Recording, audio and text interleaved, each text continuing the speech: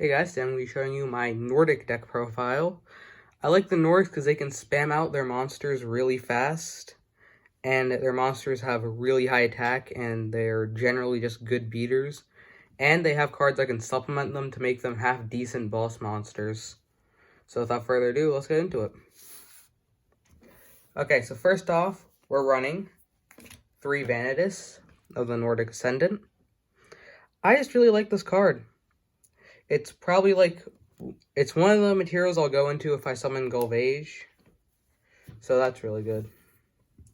Next up, we're playing 2 Valkyrie of the Nordic Ascendant, because it's unlikely you'll pull off the condition, but if you do, you get any of your Azer monsters, and that's pretty much a win condition in itself. Oh yeah, guys, I'm using the terrible sleeves I got from Target for $4, because I ran out of sleeves. I like how they look, though. I like how they look. I'm a sucker for the Egyptian god, old artworks. Next, we're running 3 Goldifax. It can special summon itself if your opponent controls a Synchro monster, and with Sword Souls being OP and everyone playing them, that's going to happen a lot. Next, we're running 3 Garmer of the Nordic Beast, so just because it can pop a card, and it's a Nordic name. And it's level 4. That's a good part. This deck needs level 4 and level 2. And level 3, I guess.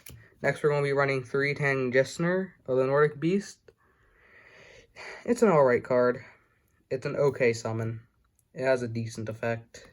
It's really just the mediocre name. That's the only reason Nordics aren't that good. They have amazing boss monster, can get them out pretty easily, but like the rest of the deck is just meh. Next, we're running 2 Tangessner, because it's not that good. It summons tokens, so like, you can't use them for 50% of link summons. And it's only worked when it's destroyed by battle, so that's not good at all. Next, we're running 2 Legisol, because it's level 4. 3 Diverge. Sorry, why did I say 1? It's 3. 3 Diverge, because I like the extra normal summon. It's just really nice. Next, we got 1 Mara. Mara is just a pretty good card, and I can use it for Loki. And it can use cards in the hand as materials, so if you can't go into Gulvage and just want this to get an even better end board in case you need to prolong the game, then this is your option. But that's why I'm only running it at 1, because it's an end game option, not an early game option. Then we have 1 March Towards Ragnarok, because, I mean, Thor has this effect built in, and all the Nordics can just revive themselves from the grave if they do get destroyed. So it's kind of useless. Next up, we're running 3 Dropner for the OTK, because that 800 attack can make the difference, because most boss monsters have 4K, including the Nordics, so 4,800 will beat over almost any boss monster, unless you're fighting Cyber Dragons, which I love.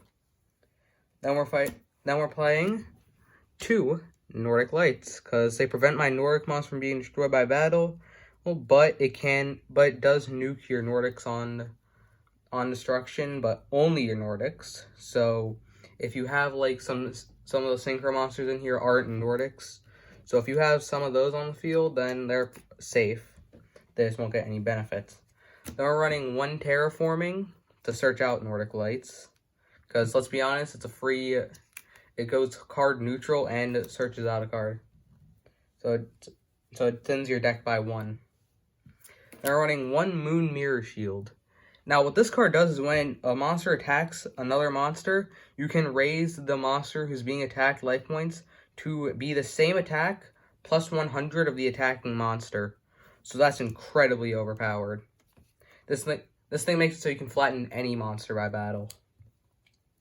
Then we're running 1 Harpy's Feather Duster, just in case they're running like Mystic Mine or something, and you want to get rid of that as soon as possible. Then we're running 1 Monster Reborn in order to revive your Nordics if you can't do it normally. We're going to do 2 Megingjord. I don't know how they're pronounced. It doubles on attacks, but it's not reliable. It can be negated and doesn't have any protection. And the Nordic monster can't attack directly this turn, so unless your opponent has a 0 attack monster on the field, it's not really helping. Or if they have a Verte on the field and you can drop near and then play this, and it's an OTK. Now you're running 3 Bisgammon. It's alright. It's basically Universal Adapter, but worse. And only for Nordics. Then we're running one of the best searches in the game. Gleipnir, the Fetters of Fenrir. This card searches out any Nordic monster, and it's not once per turn. So yeah, this is a pretty trap-heavy deck. If you want, I would recommend running Lilith, Lady of Lament. I'm not, because I only have one, and it would kind of make you brick. But it can search out a lot of your cards. Onto the extra deck, we got 2 Galvage, because you're only going to need it twice, if at all. Then we're going to run 2 Odin, Father of the Aesir. It's an alright card. We're going to run 2 Thor, Lord of the Aesir. This is a really good card, and can get Modern Protection, and that's always amazing. We're running 1 Loki, because this is going to be the last Nordic you summon. You're going to summon this if you have, like, no other options to go into. It's not really that good. Then we're going to run 1 Beals and 1 Beelzus of the Diabolic Dragons. They're good cards. I like them. They can't be destroyed by battle or card effects. The only downside is other monsters can't attack if you have Beelzus. So this is like boss monster number 2.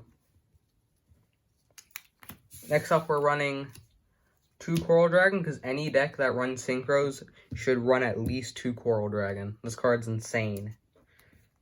Then we're running 1 Scrap Dragon, the worst Destroyer Phoenix, but it doesn't cost me my life savings, so that's always nice. Then we got 1 Clearwing, because it's free negate.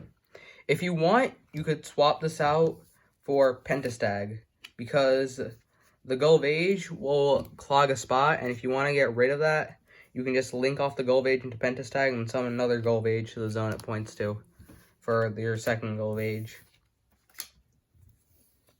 I literally just saw that as I'm recording. Then we have 1 Ascension Sky Dragon, because it's a worse Slifer. It's knockoff Slifer. Even, like, the name's a knockoff.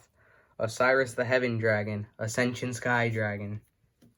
Then we have our last card, Leo the Sacred Tree, because this is a nod toward Norse mythology. Because it's a nod toward the tree Yggdrasil. And I really like the card. Plus, you're never going into your main phase, too. So, yeah, that's the profile. I'm not running a side deck for this build because it's not, like, competitive. It's for fun, if you want to verse your friends with this. And if you do, please tell me how well this card performed. I'm thinking of cutting it, but I don't know. So, yeah, that's the video. Thank you guys for watching. And, as always, leave a like. Bye-bye.